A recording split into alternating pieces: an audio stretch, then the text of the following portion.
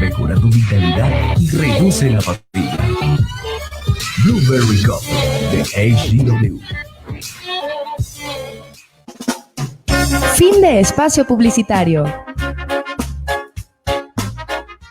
Llegó nuestro momento, siempre en sintonía donde sea que me encuentro. Con Café Club lo más cool estás oyendo. No me escuchas porque somos como tú, somos Café Club. Latinoamérica vive solo aroma de café. Estamos junto a ti, donde sea que estés. Sabemos quién eres tú, porque todos somos Café Club.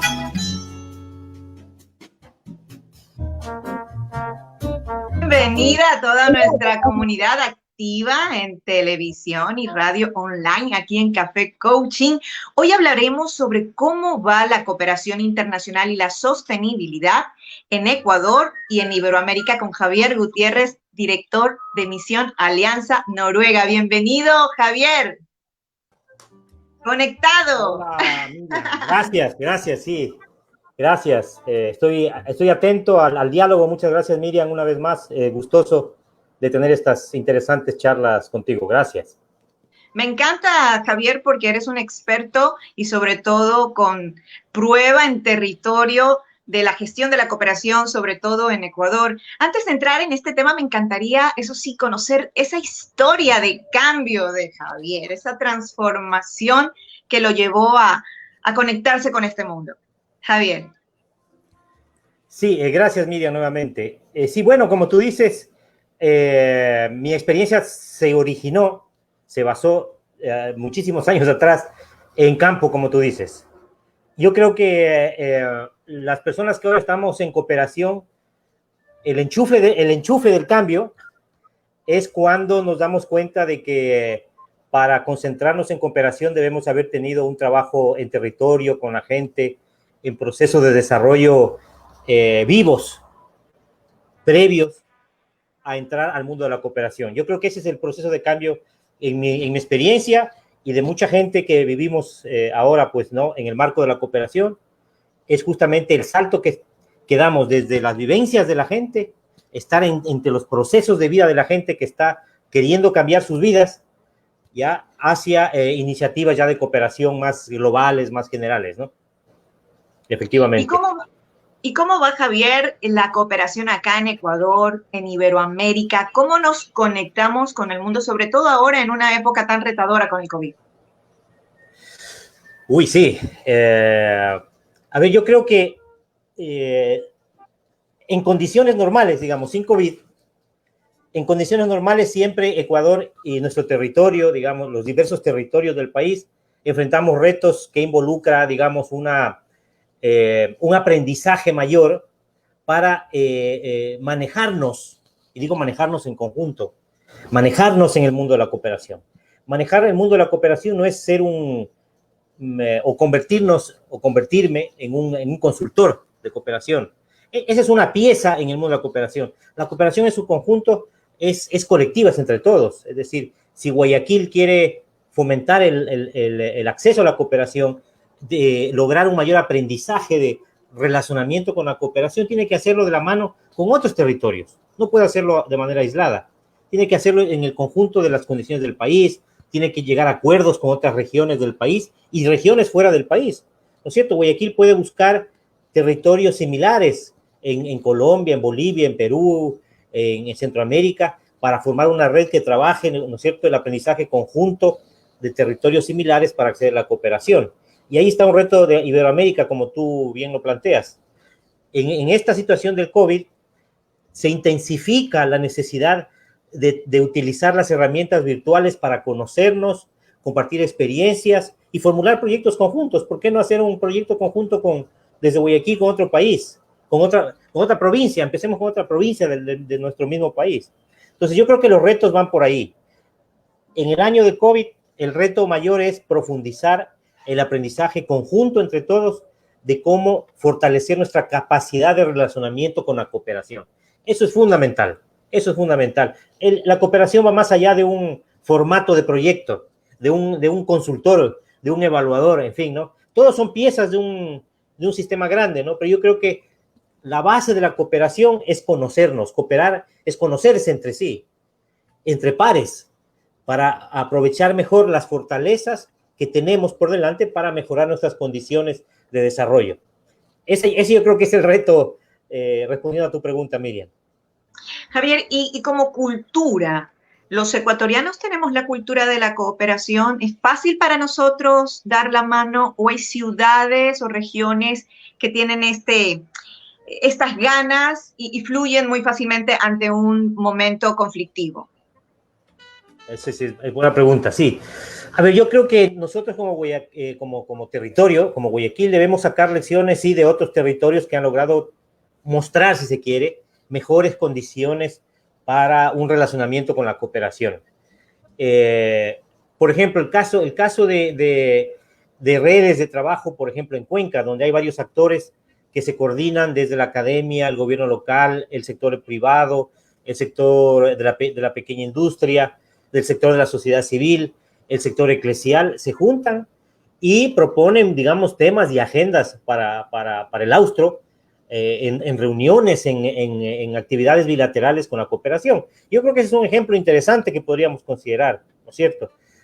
Yo creo que reconociendo que la cooperación en las decisiones, ¿no es cierto?, nacionales frente a la cooperación, Ecuador es un país, digamos, con un sistema centralizado. No quiere decir eso que en el centro tengan una experiencia, digamos, una mayor facilidad de llegar a acuerdos de cooperación. No siempre es así. Yo creo que más allá de este ejemplo en Cuenca, yo no vería un ejemplo similar en las otras, incluyendo la parte central de nuestro país, ¿no? Incluyendo en Quito. Yo más bien diría que debemos entre todos construir un sistema descentralizado, un sistema horizontal, un sistema que no desconcentrado, que no concentre las decisiones de la cooperación para todas las regiones del país. El marco legal existe. Como tú bien sabes, la competencia de cooperación, ¿no es cierto?, está descentralizada a los municipios, a los gobiernos provinciales. Entonces, podemos aprovechar esa posibilidad que nos da la ley, ¿no es cierto?, actualmente, para poder aprovechar desde los territorios la cooperación. Entonces, yo creo que incluso hablando a nivel iberoamericano, hay países más favoritos que otros frente a la cooperación. Ecuador no está entre sus favoritos, estuvo en algún momento, digamos, ¿no? Se reactivó estos últimos años, pero no es cuestión de mostrarnos como el país que tenemos las condiciones más difíciles para que vengan y nos ayuden y aumentar los recursos. Yo creo que es un tema de preparación, de presentar un país que tiene condiciones serias para aprovechar esos recursos y cambiar condiciones de vida. Yo creo que ese es el reto de nuestro país frente a otros. Y los retos de los territorios que estamos, digamos, alrededor de otros que sí pueden cooperar más en el país y nosotros que no hemos logrado, digamos, despegar en el mundo de la cooperación. Javier, lo que tú planteas es realmente muy, muy profundo. ¿Cómo sería la cadena de valor de este ecosistema de la cooperación internacional que funcione? ¿Cómo sería la cadena? ¿Quiénes tendríamos que estar involucrados, más allá de la academia? Claro. Mira, yo creo que es importante que estén desde los territorios las poblaciones, ¿no es cierto?, que nosotros de las organizaciones sociales o de desarrollo llamamos las comunidades beneficiarias. Yo diría son las comunidades participantes, las comunidades más involucradas. Es decir, yo creo que a los actores de cooperación internacional lo que buscan es la conexión, que haya una conexión real entre las organizaciones de desarrollo con la población. Eso es fundamental. Yo creo que ahí hay yo sí diría una debilidad en nuestro país, que hemos tratado de fortalecer las relaciones de cooperación exclusivamente desde las organizaciones de desarrollo. Entonces, las organizaciones de desarrollo es una parte de la cadena, como tú dices, pero hemos estado, digamos, concentrados si tú quieres, en preocuparnos exclusivamente en las condiciones técnicas del proyecto para poder tener condiciones de competencia entre las otras organizaciones y captar recursos. Pero yo creo que nos hemos olvidado de una parte de esa cadena que es fundamental y que nos debe ayudar a fortalecer nuestras capacidades de cooperación. Es volver actores, ¿no es cierto?, actores reales a las poblaciones beneficiarias, actores reales, y que ellos a futuro, y de eso, y en el discurso de las ONGs y las organizaciones de desarrollo está ese, que en el futuro esas poblaciones se vuelvan beneficiarios directos de recursos de cooperación, pero no, nunca, o muy poco llegamos a eso. Entonces, yo creo que esa es la primera, tú que es la primera grada de la cadena que nos hace falta en Ecuador, en esta cadena de valor, como tú dices, en el ecosistema. Me ¿sí? ha encantado, Javier, lo que tú has planteado, es decir, dejar de ver a la comunidad como la pobrecita, la vulnerable, la débil, y más bien trabajar en su autoestima, en su productividad, en su activación, y que sea participativa, es decir, una comunidad no vulnerable, no víctima, no pobrecita, sino totalmente activa y con propuestas, y mantener esa cercanía con las ONGs, porque si somos exitosos en territorio, la comunidad se une y realmente los proyectos van a funcionar. Si la comunidad no está conectada emocionalmente, mentalmente, pues el proyecto durará un año y luego ya desaparecerá y cooperación internacional no volverá. ¿Qué dices tú? Así es, efectivamente. Porque yo creo que lo que nos interesa a la cooperación internacional es evidenciar, digamos, que hay un impacto real en las condiciones de vida de la gente, que hay empoderamiento, como tú dices, de la gente, que hay una estima mayor frente a años y años de exclusión. Porque claro, el problema de nuestros países en Latinoamérica es que los sectores excluidos, ¿no es cierto?, que están en condiciones de pobreza, ¿no es cierto?, perpetúan ese ciclo de pobreza y de exclusión, y nuestros estados no logran, digamos, romper ese ciclo con políticas públicas permanentes. Hay políticas públicas que de un momento a otro surgen efecto en nuestros países y se vuelven como modelitos de éxito, ¿no? En varios países y ciudades, ¿no es cierto?, que han tenido programas interesantes, pero son de corto plazo, o se quedan en el camino, o cambian la autoridad, cambian el gobierno nacional, o el alcalde, o el prefecto, etcétera. Esto lo hablo en general en toda Latinoamérica, ¿no? Y el modelito exitoso se acaba. Pero entonces lo que tenemos que hacer son políticas públicas permanentes para romper con ese ciclo de exclusión. Como tú dices, para que esas personas, ¿no es cierto?, se empoderen, digamos, se potencien como seres humanos que deben acceder a oportunidades de desarrollo, ¿no es cierto?, con políticas públicas permanentes. A eso apunta la cooperación. O sea, la cooperación quiere ver eso, el beneficiario en condiciones de cambio de sus vidas con políticas públicas permanentes. Nada fácil, ¿no? Pero en resumen... Totalmente. En resumen, eso es. Javier, te quiero invitar a tomarte un cafecito, claro, aquí en Café Coaching. Estamos conectados. Aquí está. Mira, Blueberry café de arándano, delicioso. Javier, tú como experto y como conocedor de la psicología de los actores en esta cadena de cooperación internacional, yo quiero que nos cuentes brevemente cómo realmente entrar en la psicología de la comunidad, entrar en la psicología de la academia, en la psicología de las organizaciones sociales que también tienen su estilo, su forma, en la de la empresa, que para muchos es un poco complicado. ¿Cómo sería entrar en cada mundo, Javier? Sí, importante y compleja respuesta, así es. A ver, yo creo que hay que reconocer que como en todo espacio público, si se quiere, en toda temática relacionada con lo público, ¿no? Porque nosotros, las ONGs y la cooperación y los actores del desarrollo, trabajamos, ¿no es cierto?, en el marco de los servicios públicos, de los bienes públicos. Nuestros proyectos de desarrollo son bienes públicos, porque es para el público, para la gente. Entonces, en todo lo que se relaciona con lo público hay intereses. Entonces, yo creo, o sea, mi forma de ver cuando analizamos actores en el mundo del desarrollo, hay que hacer la lectura de sus intereses. ¿Cuáles son sus intereses? ¿Cuáles son los intereses de organizaciones de base comunitarias, los intereses de mujeres lideresas en una zona vulnerable, por ejemplo? ¿Cuáles son los intereses de los actores de comunicación también?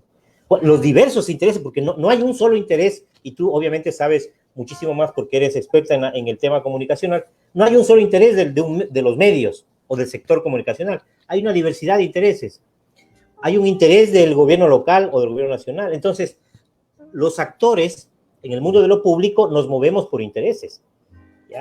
en el sentido propio de la palabra, ¿no? Entonces,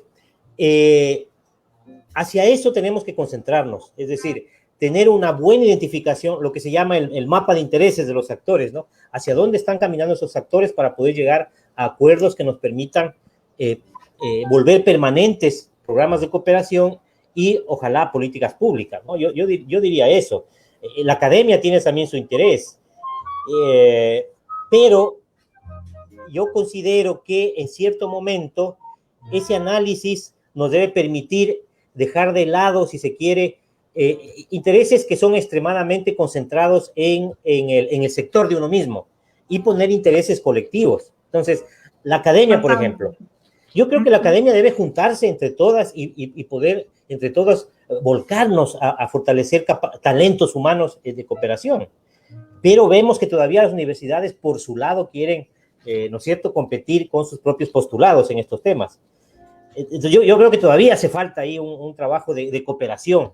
Entonces, si deseamos trabajar en cooperación, tenemos que empezar nosotros, dejando de lado esos intereses, hablando, digamos, de la psicología de cada actor, para poder poner en la mesa cosas para todos. O sea, digamos, en el escenario de que una provincia, la prefectura sea de una ideología distinta a la capital de provincia, ¿cómo no voy a dejar de lado esas diferencias ideológicas si quiero armar un sistema provincial de cooperación? O sea, sería absurdo, porque estoy pensando en el futuro de la provincia y de la gente del territorio. Lo mismo sector empresarial, lo mismo en el sector de las organizaciones sociales.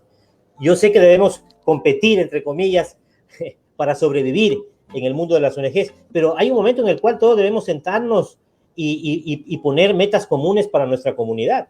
O sea, yo creo que eso nos falta mucho en Ecuador. Yo creo que eso nos falta mucho, analizando desde esa mirada que tú propones. Javier, y es muy importante, un poco conectando con lo que indicas, es despertar esta cultura de la cooperación, la cultura de la mano amiga, la de la ventaja colaborativa, porque todos hablamos de ventaja competitiva y eso, como tú dices, nos hace chocarnos. Más bien proponer una ventaja colaborativa. ¿Qué tengo yo que te aporta a ti? ¿Cómo me complemento? Y el reto fue, definitivamente, la prueba de fuego fue, Javier, la llegada del COVID. ¿Cómo nos vimos en ese momento? ¿Cómo nos articulamos? Tú estuviste en territorio, realmente con las comunidades, activando, viendo sus necesidades. Tienes información de primera mano. ¿Cómo nos fue, Javier? Ya, a ver, yo lo que creo es que cuando se crean los espacios para poder llegar a acuerdos colaborativos, se facilita mucho más el proceso y alguien debe llevarlo adelante. Haciendo un análisis, digamos, por fuera, ¿no? Por ejemplo, el año anterior en el encuentro de sociedad civil, el foro de redes convoca y pone en la mesa la posibilidad de que todos conversemos alrededor de toda esta problemática de articularnos para poder llevar adelante procesos de cooperación y de desarrollo. Entonces, alguien debe poner el espacio. Alguien debe poner el espacio. Ahora, yo creería que el espacio debe ser en algún momento colocado por un actor de gobierno local, por el sector académico y por digamos, el sector de las organizaciones sociales. Ojalá en algún momento lleguemos a eso. Ojalá en algún momento lleguemos a eso. Que no solamente sea un foro de organizaciones, que sea un foro articulado a un gobierno local, a las organizaciones académicas y, ¿no es cierto?, generen el espacio para llegar a esos acuerdos colaborativos.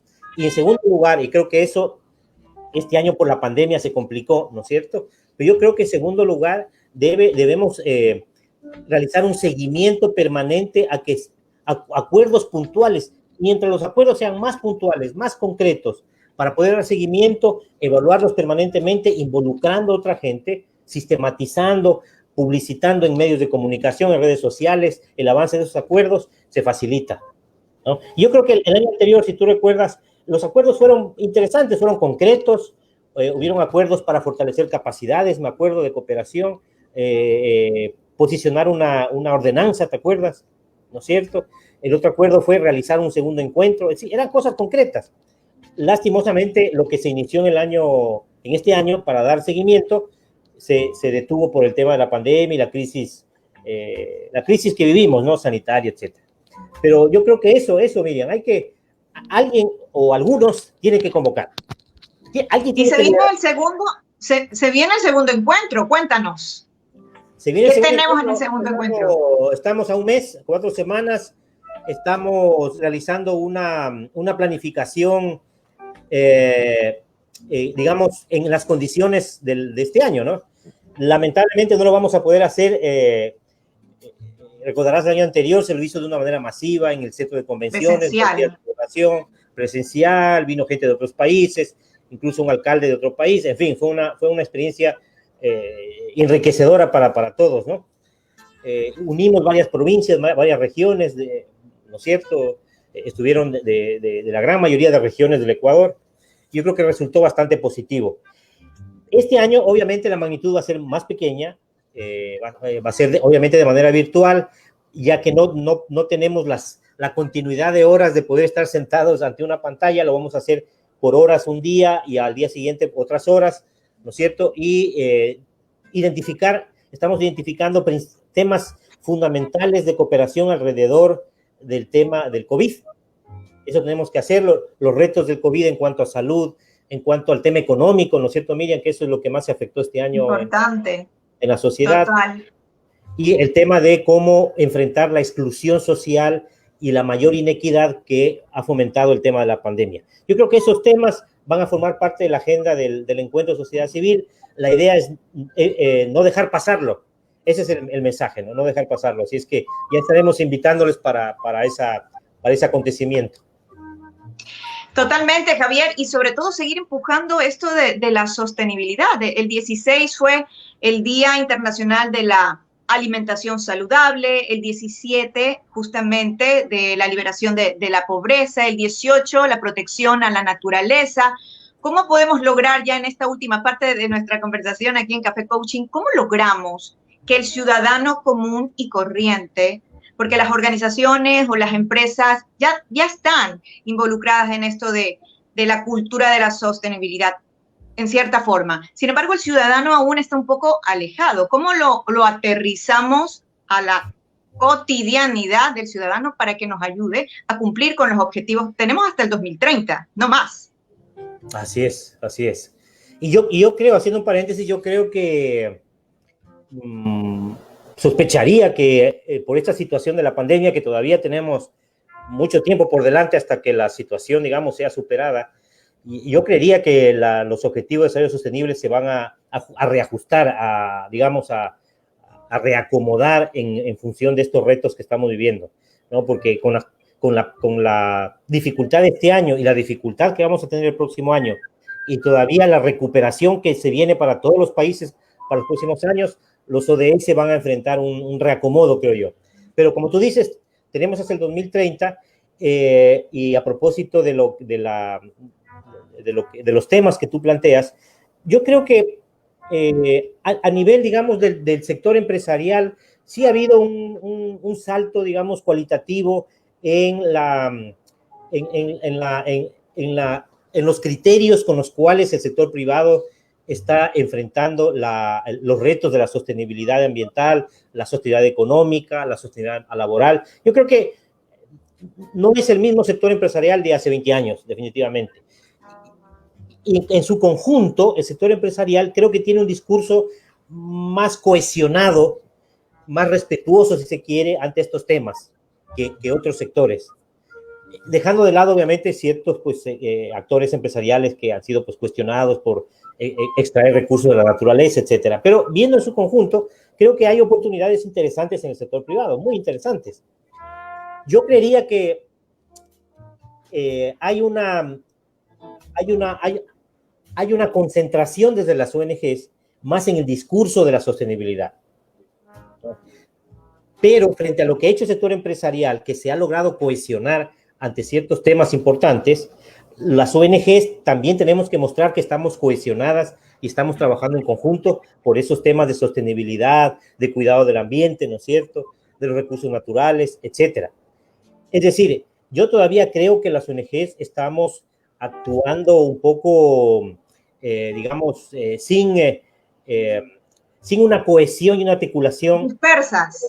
Exactamente, estamos dispersos todavía, ¿no? Entonces, claro que hay redes, en Guayas hay el foro de redes, en el Ecuador hay la confederación de ONGs, hay varias redes, las redes de voluntariado nacional, pero yo creo que, o sea, no le siento al tercer sector, digámoslo así, no le siento al tercer sector ecuatoriano cohesionado, con una visión de futuro, haciéndose visible en la sociedad ecuatoriana. No le siento así. Esa es mi percepción. No sé si la gente lo comparta, pero yo creo que otros sectores lo han logrado. Tal vez temáticamente sí. Por ejemplo, en el tema ambiental tienes una cohesión de ONGs ambientales interesante. En el tema de discapacidad, en el caso de Guayaquil y a nivel nacional también, tienes redes de ONGs de discapacidad muy interesantes. Pero creo que en el caso de las ONGs nos hemos sectorizado. Las ONGs de niños, las ONGs de derechos de la mujer, las ONGs ambientales, las ONGs animalistas, pero yo creo que tenemos que vernos como el tercer sector, o sea, un tercer sector que haga peso y que haga propuestas que realmente generen, ¿no es cierto?, incidencia política en la política pública. Yo creo que eso nos falta bastante.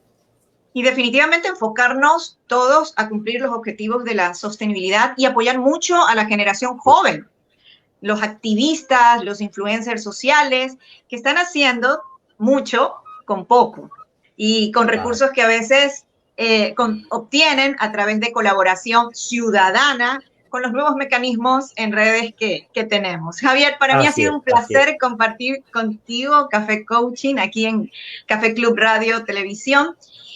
Me encanta lo que has hecho y yo te deseo muchos éxitos en el segundo encuentro de las organizaciones sociales. Allí estaremos y mi comunidad también. Muchísimas gracias. Siempre a la orden, Miriam, en nuestras organizaciones para apoyarles en los temas comunicacionales que para nosotros son fundamentales, el apoyo de ustedes. Y a toda mi comunidad activa, nos vemos el próximo lunes con más de Café Coaching aquí en Café Club.